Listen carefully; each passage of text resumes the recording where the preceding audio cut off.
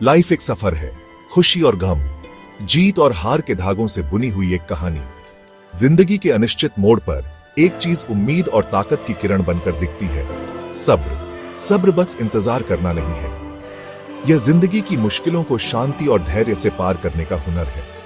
एक ऐसी दुनिया की कल्पना करो जहां सब्र न हो, एक ऐसी दुनिया जहां हर ट्रैफिक जाम में लोग भड़क जाते हैं, हर लेट फ्लाइट एयरपोर्ट पर हंगामा खड़ा कर देती है और हर छोटी सी परेशानी बड़ा गुस्सा दिला देती है।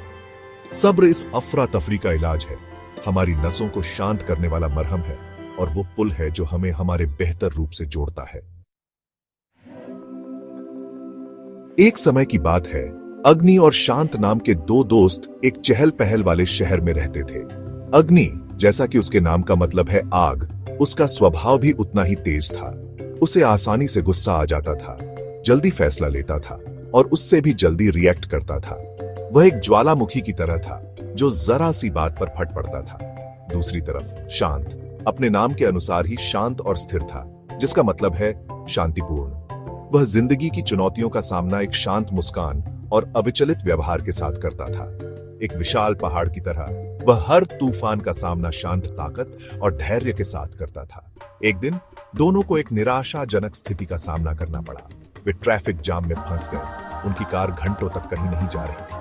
अग्नि अपने स्वभाव के अनुसार चिढ़ता और घबराता रहा, लगातार हॉर्न बजाता रहा और ट्रैफिक को कोसता रहा। उसका गुस्सा 7वें आसमान पर पहुंच गया और वह फटने को तैयार था। हालांकि शांत शांत रहा।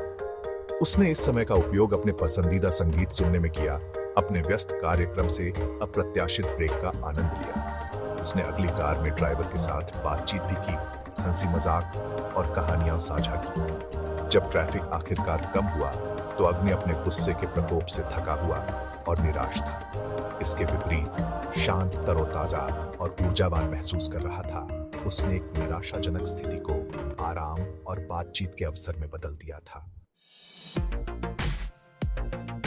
अधीरता अक्सर जल्दबाजी की भावना में निहित होती है, एक एहसास की चीजें अभी होनी चाहिए, हमारी शर्तों पर, हमारी समय सीमा के अनुसार।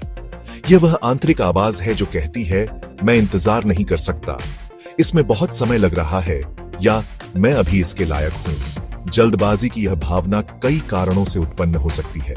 ज्यादा उम्मीदें, जब हम अपने या दूसरों के लिए अवास्तविक उम्मीदें रखते हैं तो हम खुद को निराशा और हताशा के लिए तैयार करते हैं। असुविधा के लिए कम सहनशीलता, आज की तेज तर्रार दुनिया में हम तुरंत संतुष्टि के आदी हैं। अनियंत्रित अधीरता के परिणाम दूरगामी हो सकते हैं, जो हमारे रिश्तों, हमारे स्वास्थ्य और हमारी समग्र भलाई को प्रभावित करते हैं। चौथा भाग, तूफान के बाद का शांत समय, धैर्यवान स्वभाव के लाभ। अधीरता के बिल्कुल विपरीत धैर्य एक ऐसा गुण है जिसके कई फायदे होते हैं। यह एक शांत, अधिक संतुष्ट जीवन की कुंजी है।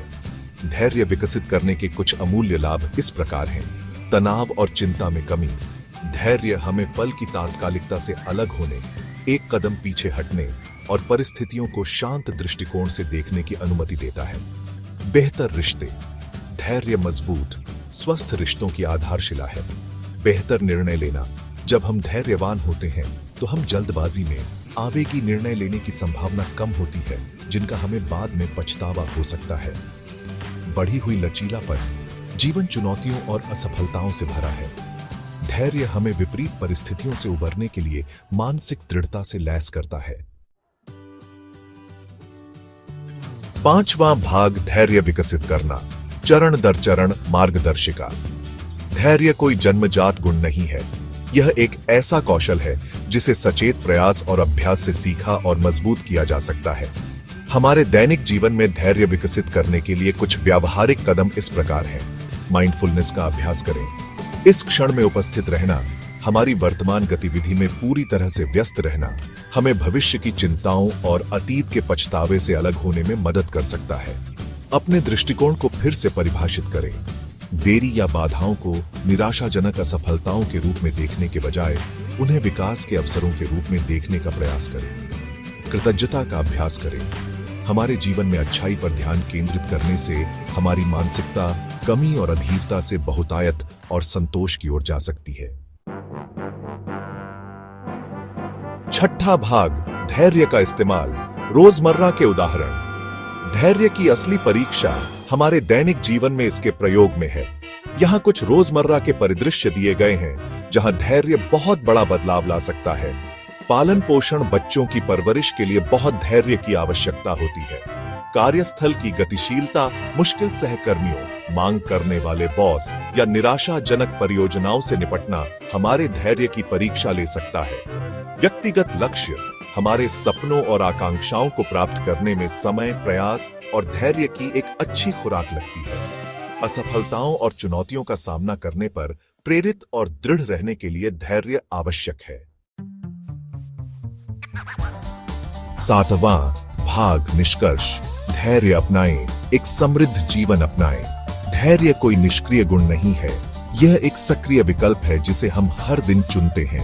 यह जीवन की चुनौतियों का सामना अनुग्रह, समझ और एक गहरी जड़ें वाली धारणा के साथ करने का एक सचेत निर्णय है कि सबसे अंधेरे समय में भी सुरंग के अंत में हमेशा प्रकाश होता है।